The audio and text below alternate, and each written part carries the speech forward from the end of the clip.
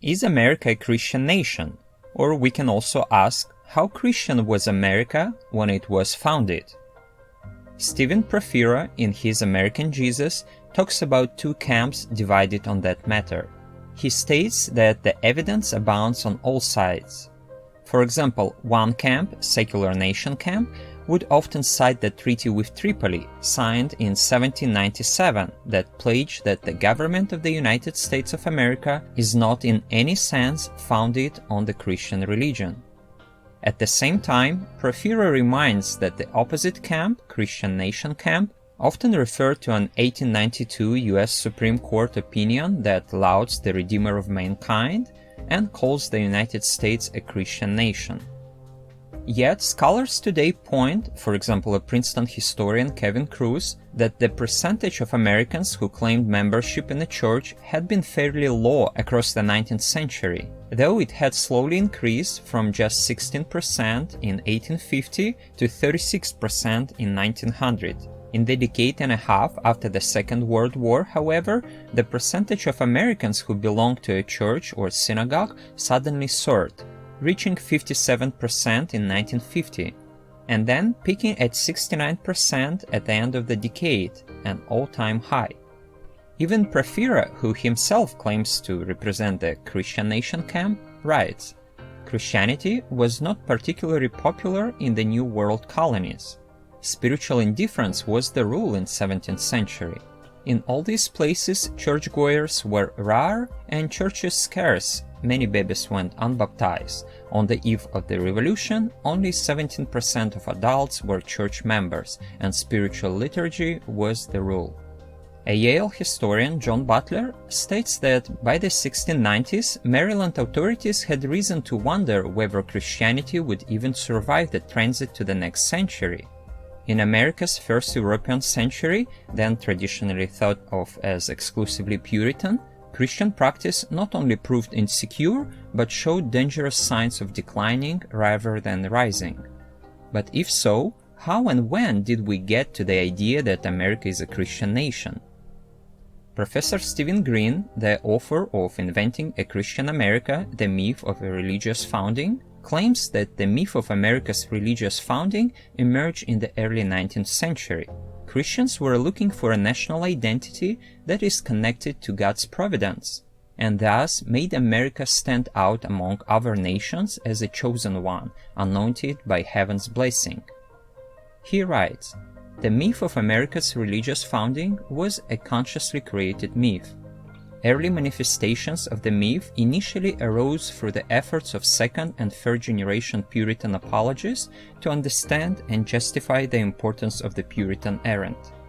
A later manifestation arose during the Revolutionary period as clergy and politicians sought to legitimize the patriot cause with a higher meaning." So, to understand why so many Americans today are convinced that the country was founded as a Christian nation, let's get into history. Gordon Melton shares how free thought movement was flourishing in many places in the US in the 18th and 19th century. Non-believing immigrants from Europe opened various humanist associations, for example Czech rationalists in St. Louis. Some even built towns where churches were not allowed legally. Take an example of German colonies of Central Texas, Bernie and Comfort. See also Susan Jacoby's Freethinkers, A History of American Secularism. Thus, while some immigrants, especially in New England, were deeply motivated by their religious calling, many people who came to colonial America were also driven by economic reasons or simply a better opportunity, especially those in the southern colonies. In such places, for many settlers, religion was not on the front page of their lives. Therefore, Gordon Melton also claims that America started with a religiously unaffiliated majority, and only during the Second World War did the percentage of Americans who claim membership in a church reach over 50% for the first time. Today, approximately 60% of people in the US claim to have some kind of Christian affiliation. And in contemporary politics, there is a lot of debate about whether America is a Christian nation or not. Some people have argued that the US has and has always been a Christian nation, In fact, they argue that this was the impetus behind the founding of the nation as a place of the Protestant utopia of Puritans who wanted to establish their city on a hill. On the other side, there are those who look at the religious diversity and plurality of American populace and note that in fact the founding fathers were very careful not to have a specific provision for religion in the Constitution or the Bill of Rights. By the way, I discussed this careful negotiation in the First Amendment in this video about the American style of secularism. But now let's briefly discuss this Puritan utopia about the city on a hill. First of all, there was no United States of America when the Puritans first sailed to the so-called New World. In their religious vision, Puritans saw it as wilderness, that they will turn to the kingdom of heaven on earth. It goes back to John Winthrop, who was one of the founders of the Massachusetts Bay Colony.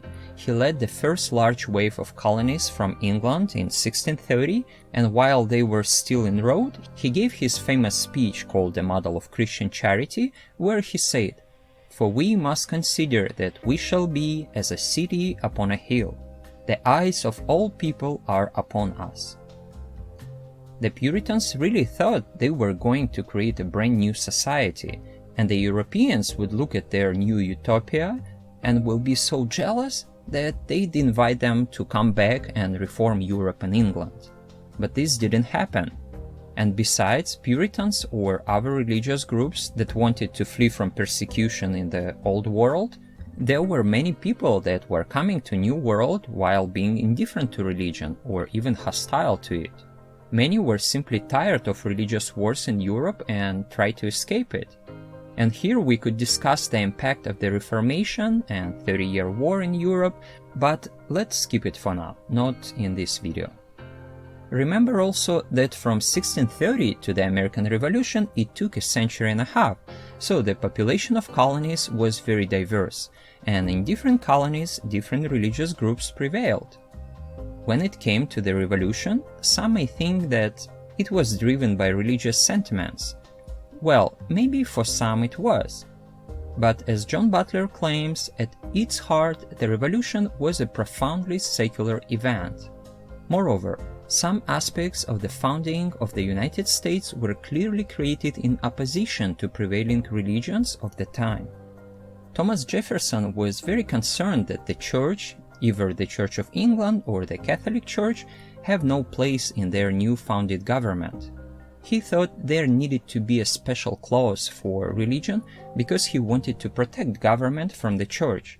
On the other hand, there were people like Patrick Henry, who were very concerned that the country would fail without a moral compass. Therefore, we need Christianity to play the role of an ethical grounding. Here is Patrick Henry's bill that was debated in the new formed Congress in 1784. It was called a bill for establishing a provision for teachers in the Christian religion. This bill stipulated that Christian religion shall in all times coming be deemed and held to be the established religion of this Commonwealth. And of course, had Patrick Henry won that day, there would be no question that actually yes, America is a Christian nation. However, he didn't win. James Madison got involved, and Madison was supportive of Jefferson's vision on that. Many delegates supported him and insisted that Christian religion must not be privileged. In Madison's view, there was a need in amendment that would protect the government from religion and religion from the government. And this is in fact what got signed into the new Bill of Rights of 1789. It states that Congress shall make no law respecting an establishment of religion or prohibiting the free exercise thereof. This way, religious freedom in America has a double guarantee. Congress can render no aid and Congress can do no harm. This is what ideally should be, but we see this legislation being violated all the time all across America. And we see that the country is divided and confused. Those of the Christian nation camp point to those violations and use them to back up their position, while the secular nation camp point to the obvious abuse. Some also like to remind about the apparent hostility toward Christianity of some of the founding fathers. At least first 6th President of the US plus Benjamin Franklin, Alexander Hamilton, or Thomas Paine were not dedicated Christians and seemed to lean towards deism. As a historian Gordon Wood states, they were not emotionally religious. Many did not believe in the divinity of Jesus, while some were even anti-religious. He writes, at the time of the Revolution, most of the founding fathers had not put much emotional stock on religion, even when they were regular churchgoers. At best, most of the revolutionary gentry only passively believed in organized Christianity, and at worst, privately scorned and ridiculed it. You may easily find various quotes by the founding fathers demonstrating their skepticism about Christianity. But you know what? It's not that important. Of course, deism and Christianity are not the same thing. But even if they were a passionate conventional Christians, it still doesn't mean that America is a Christian nation, because the law seems to be clear on that. But then why so many people across the world think of America as a Christian nation? Nathan Hedge describes how the Second Great Awakening, led mostly by Methodist and Baptist itinerant ministers, influenced the history of America significantly. Popularity of Methodist and Baptist churches grew rapidly as the frontier was pushed westward, first at the expense of the native nations and then of Mexico. The growth of the Wesleyan tradition later allowed the development of charismatic movements within American Christianity. On one hand, in 1906, a great revival broke out in the Azusa Street Mission in Los Angeles. It gave rise to the modern Pentecostal movement. On the other hand, during the roaring 1920s, and not to forget the Scopes monkey trial, popularity of evangelical Christians in mainstream culture has declined. However, as Princeton historian Kevin Kruse explained in his One Nation Under God, How Corporate America Invented Christian America, the Great Depression and FDR's attempt to solve it through his New Deal gave rise to a strong opposition from business elites. Eventually, they put their bet on Christian ministers and, through enormous monetary investments, gave rise to Christian libertarianism and the Freedom Under God campaign against Washington, D.C. Later, with the election of Eisenhower, religion became deeply involved in politics, and the belief that America is fundamentally and formally a Christian nation began to spread in the 1950s. Historians from Cornell University, Kramnik and Moore, in their work discuss how the period between 1953 and 1957 became a watershed moment for America. Partially as a result of the Cold War and the rise of communism, the federal government decided to rely on religion. The very idea of what it means to be American has changed. Between 1953 and 1957, a prayer breakfast appeared on the White House calendar. A prayer room opened on the Capitol Hill. "In God We Trust" became America's motto and was added to all currency. The phrase "So help me God" is added to the Oath of Allegiance, while the phrase "Under God" was inserted in the Pledge of Allegiance. Thus, Kruse, Kramnik, and Moore in their works reveal how the fear of godless communism and other agendas gave rise to anti-secular agenda coming from the top. And this affected the culture and thinking of ordinary Americans. In the minds of many, the idea that being an American means believing in God has stuck. Church membership soared to an all-time high of 69%, and many Americans began to think of their country as an officially Christian nation.